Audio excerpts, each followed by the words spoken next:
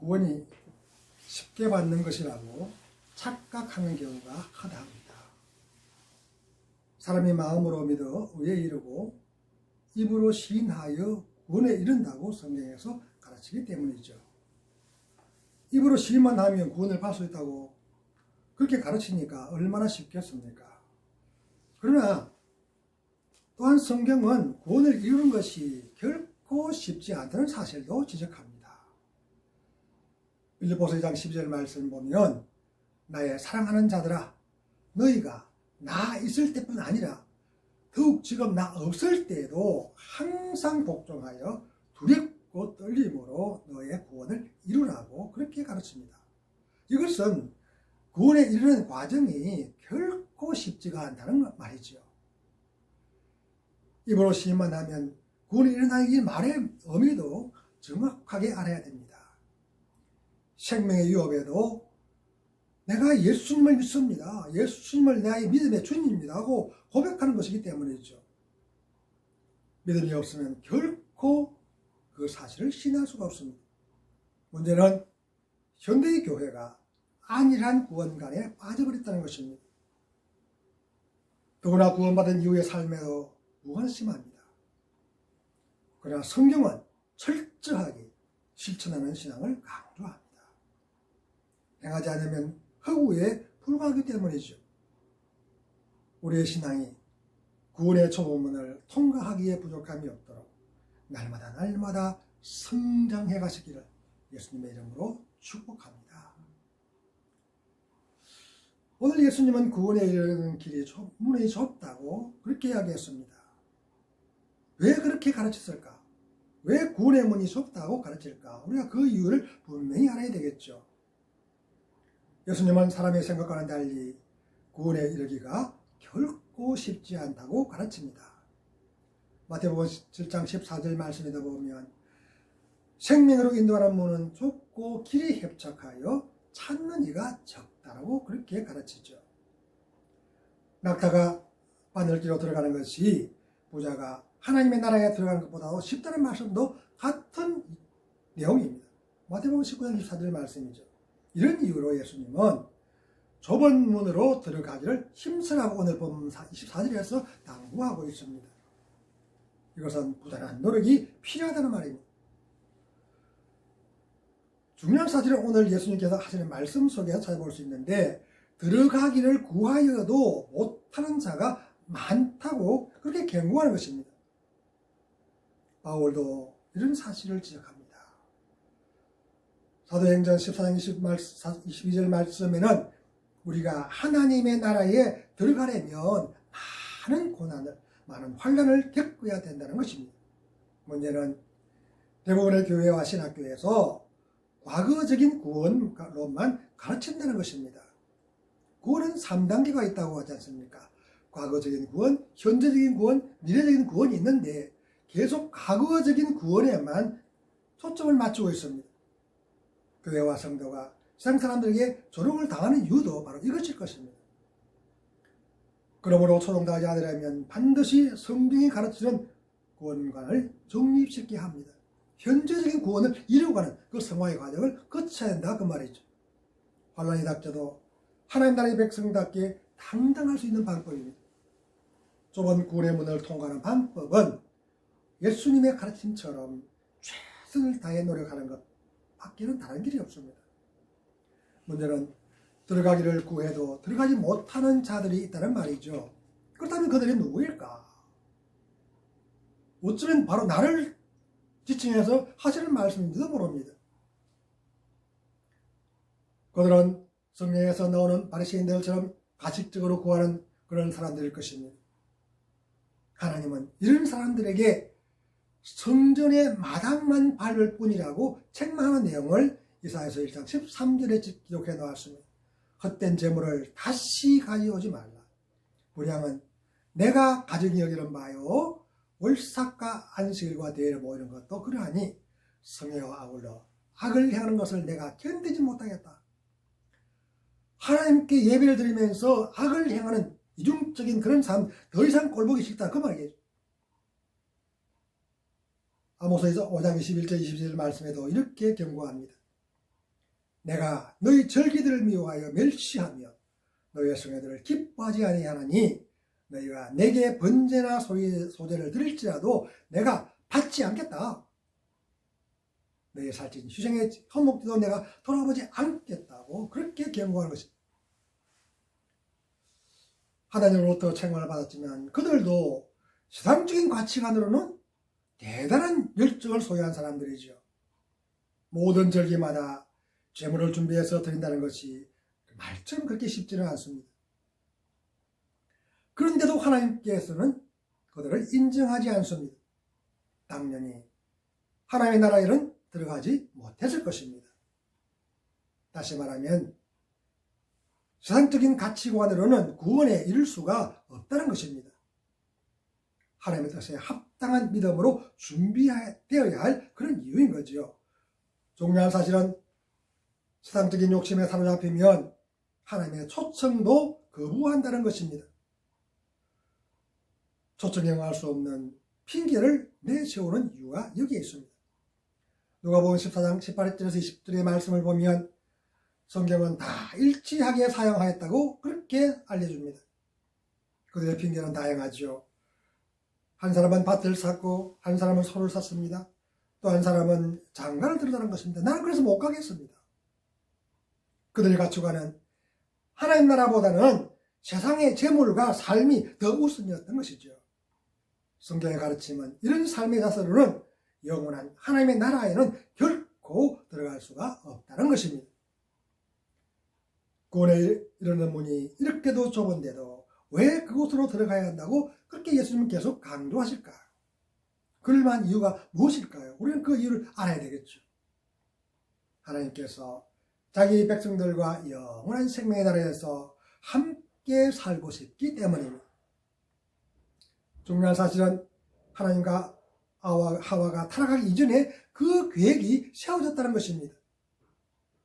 우리는 그 사실을 창세기 2장 8절 말씀을 통해서 알 수가 있습니다. 여호와 하나님께 동방의 에덴에 동산을 창설하셨다. 그리고 그 지으신 사람을 거기에 두셨다고 그렇게 알려주는 그 말씀 속에서 창설이라고 번역된 이 단어는 심었다는 말입니다. 이 단어가 이사야서 40장 24절에는 심기었다고 그렇게 번역되다는 사실을 통해서 우리는 이 사실을 증명할 수가 있는 거죠. 심었다는 말은 자란다는 의미가 함축되어 있습니다. 죽은 나무를 심었다고는 하지 않잖아요. 그냥 죽은 나무는 그냥 묻었다고 그러죠. 하나님은 사람들과 동식물들이 불어나더라도 다 수용할 수 있도록 그렇게 계획하신 것입니다. 그러나 첫사람 아담과 하와의 탐욕 때문에 그 계획은 물거품이 되고 말았습니다. 하나님의 처음 계획은 수정이 불가피해졌습니다. 성경의 전 역사는 하나님의 계획이 실천되어 가는 그런 하나의 과정들입니다. 다시 말하면 에덴에서 쫓겨났던 타락한 인간들을 다시 에덴으로 불러들이시는 것입니다. 왜냐하면 성경은 가나안이 에덴의 상징이라고 가르치기 때문이죠. 에스겔서 36장 35절 상반절에는 이 땅이 황폐하더니 이제는 에덴 동산같이 되었다고 그렇게 표현합니다. 이어절의 말씀은 하나님께서 회복된 에덴인 가나안에 이스라엘을 다시 심었다고 그렇게 알려줍니다. 이런 이유로 영어 성경 NIV는 리플랜티드라고 그렇게 번역해 놓았습니다. 다시 심었다는 거죠. 에덴으로 이끄시는 첫 번째 하나님의 계획은 출애굽한 이스라엘의 가나안 입성입니다. 두 번째는 아수르와 바벨론의 포로로 끌어갔던 그 포로들의 귀환이죠.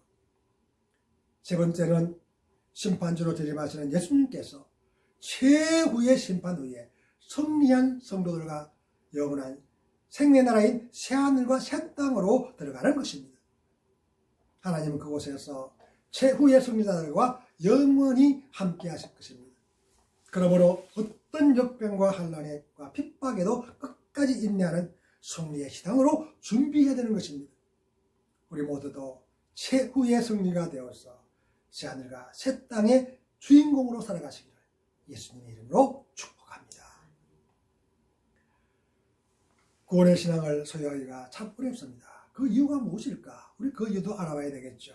자, 첫 번째는 우리의 마음대로 구원의 길에 들어갈 수가 없기 때문입니다. 예수님은 요한복음 6장 44절에서 하나님께서 이끌지 않으시면 아무도 자기에게로 올 수가 없다고 못을 확 박습니다.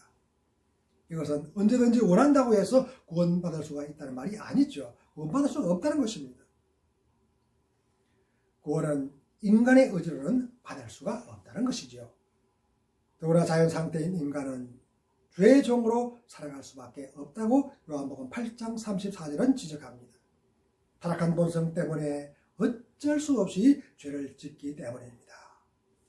여러 가지 정욕과 행락에 종노릇을 하게 되고 악독과 투기에 빠질 수밖에 없다고 디도서 3장 3절에서 지적해 놓았습니다. 특히 죄의 종노릇을 한다는 표현은 마귀의 올무에 사로잡혔다는 것입니다. 공중곳에 잡은 마귀의 권세에 굴종하고 따라가는 것이죠. 상황이 이런데 어떻게 자기 마음대로 하나님께 나아갈 수가 있겠습니까? 그러므로 하나님께서 이끄시지 않으시면 그리스도에 갈 수 있는 길은 어디에도 없습니다. 중요한 사실은 자기로 오는 자들을 마지막 날에 다시 살리신다는 것입니다. 하나님께서 죄의 사슬을 끊으시고 그리스도께로 이끄셔야 되는 이유도 이것입니다. 베드로전서 4장 18절 말씀을 보면 의인이 겨우 구원을 받으면 경건하지 못 아니한 자와 죄인은 어디에 서겠느냐고 고민하는 이유도 바로 이런 것이죠. 우리가 의인답게 살아야 한다는 말입니다. 둘째는 구원에 대한 진정한 속성의 무지가 겹쳤기 때문입니다. 사탄의 그럴듯한 그런 잘못된 구원관에 쉽게 해롭되는 이유입니다. 더구나 성경의 해박한 지식으로 바른 구원의 신앙을 깨달았는데도 외면을 합니다. 그 이유가 뭘까요? 재물에 대한 미련을 버릴 수가 없었기 때문이라고 성경은 지적합니다. 그렇기 때문에 부자는 구원에 이르기가 매우 어렵습니다. 누가복음 18장 23절 말씀 보면 그 사람이 큰 부자이므로 이 말씀을 듣고 심히 근심했다고 그렇게 기록해 놨습니다. 이어지는 말씀도 마찬가지입니다. 앞에서 언급했듯이 낙타가 바늘길을 통과하는 것보다 부자가 하늘나라에 들어가기가 더 어렵다고 지적하죠. 그러므로 구원의 신앙에 대한 속성을 정확하게 깨달아야 됩니다. 또 나아가 재물에 대한 미련도 버려야 됩니다. 디모데전서 6장 10절 말씀, 우리가 항상 마음에 새겨야 할 말씀인데 돈을 사랑하는 것이 일만하게 뿌리가 된다. 그렇게 경고합니다. 예수님도 마태복음 6장 14절에서 한 사람이 두 주인을 섬길 수 없다고 경고하죠. 두 주인이 누굽니까? 하나는 하나님이고 하나는 재물입니다. 이 말이 무슨 말이냐면 재물이 하나님처럼 섬김의 대상이 될 수도 있다는 것입니다. 첫째는 하나님보다 세상을 더 사랑하기 때문입니다. 성경은 세상의 것을 사랑하지 말라고 분명하게 지적합니다. 요한일서 2장 15절 말씀 보면 이 세상이나 세상에 있는 것들을 사랑하지 말라. 누구든지 세상을 사랑하면 아버지의 사랑이 그 안에 있지 않다, 없다는 것입니다. 왜 그럴까요?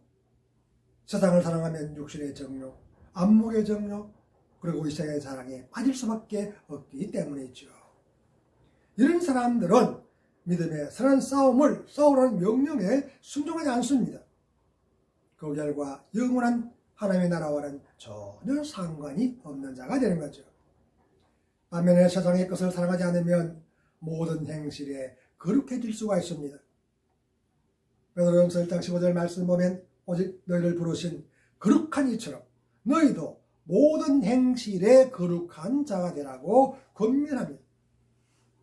거룩함은 하나님의 절대적인 속성입니다. 그러므로 거룩하지 않으면 하나님께는 결코 나갈 수가 없는 것이죠. 레위기 11장 45절 하반절에 하나님께서 내가 거룩하니 너희도 거룩하라고 그렇게 계속 당부하는 이유도 그렇게 우리가 거룩해져야 할 분명한 이유인 거죠. 넷째는 교만의 결과로 회개하지 않기 때문입니다. 그러나 성경은 무릇 마음이 교만한 자를 여호와께서 미워하신다고 잠언서 16장 5절 상반절에서는 경고합니다. 왜 그럴까요? 자기를 하나님과 동등하다고 생각하는 것이 바로 교만이기 때문에 그런 것입니다. 그렇기 때문에 회개하지 않는 거죠. 이사야서 14장 14절 말씀도 그 사실을 지적합니다. 가장 높은 구름에 올라가 지극히 높은 이와 같아지리라. 그러나 그 교만의 결과는 지옥의 맨 밑에 떨어지고 말았습니다. 성경은 서울, 지옥의 맨 밑바닥에 떨어졌다고 그렇게 기록해 놨습니다. 이런 이유로 선자는 악인은 그의 길을, 불의한 자는 그의 생각을 버리고 여호와께 돌아오라고 호소하고 있습니다. 이사야서 55장 7절 상반절 말씀이죠. 그만했던 생각을 버리고 회개하면 긍휼이 풍성하신 하나님께서 너그럽게 용서하십니다. 그러므로 구원에 이르는 길이 결코 쉽지 않다는 사실을 마음에 깊이 새겨야 됩니다. 또 나아가 믿음의 모습이 삶에서 나타나야 됩니다. 이런 신앙의 삶이 영원한 생명의 나라로 이끌어 가실 것입니다. 마지막, 하나님의 심판대 앞에서도 당당할 수 있는 이유가 이것입니다. 그러므로 최후의 승자로 새하늘과 새 땅에 들어갈 신보로 아름답게 준비하시기를 예수님의 이름으로 축복합니다.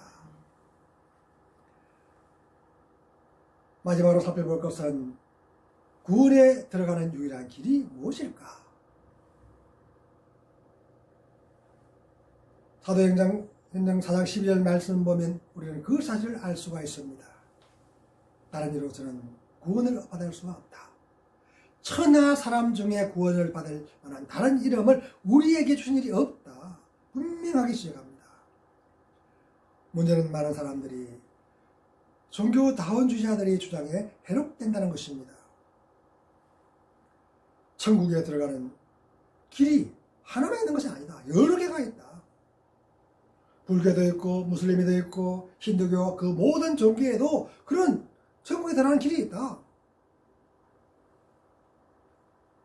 그러나 성경은 구원에 들어가는 길이 오직 하나밖에 없다고 분명하게 못을 박습니다. 갈라디아서 1장 7절 말씀 보면 다른 복음은 없다. 다만 어떤 사람들이 너희를 교란하여 그리스도의 복음을 변하게 하려 한다고 그렇게 지적합니다. 특히 예수님은 내가 곧 길이요 진리요 생명이니 나로 말미암지 않고는 아버지께로 올 자가 없다고 그렇게 선포하셨습니다. 이것은 구원의 유일한 길이 예수 그리스도뿐이라는 사실이죠. 그렇다면 구원의 길이 왜 예수님 뿐일까? 우리가 그 사실을 알아야 될 것입니다. 하나님의 아들이신 예수 그리스도께서 구원의 사역을 위해 친히 이 땅으로 내려오셨기 때문입니다. 성경은 예수님의 성육신을 이렇게 설명해 놓았습니다. 요한복음 1장 14절 말씀이죠. 말씀이 육신이 되어 우리 가운데 거하시매 우리가 그의 영광을 보니 아버지의 독생자의 영광이요 은혜와 진리가 충만했다고 그렇게 알려줍니다. 여기서 말씀은 태초부터 존재했던 성자 예수님이십니다. 그 사실을 요한복음 1장 1절 말씀에 이렇게 기록해 놨습니다. 태초에 말씀이 계시니라. 이 말씀이 하나님과 함께 계셨으니 이 말씀은 곧 하나님이시다. 하나님이신 예수님은 완전한 사람의 몸을 입으시고 이 땅으로 내려오셨습니다. 그런데도 죄는 전혀 없죠. 죄와는 전혀 상관이 없는 분이시기 때문에 그렇습니다. 그렇다면 예수님은 왜 사람의 몸을 입으셨을까요? 그냥 하나님의 능력으로 그렇게 구원을 이루어도 충분히 가능한데 왜 사람의 몸을 입었을까? 그 이유는 죄를 지었던 장본인이 사람이기 때문입니다. 무슨 말이냐면 결자 해지의 차원인 것이죠.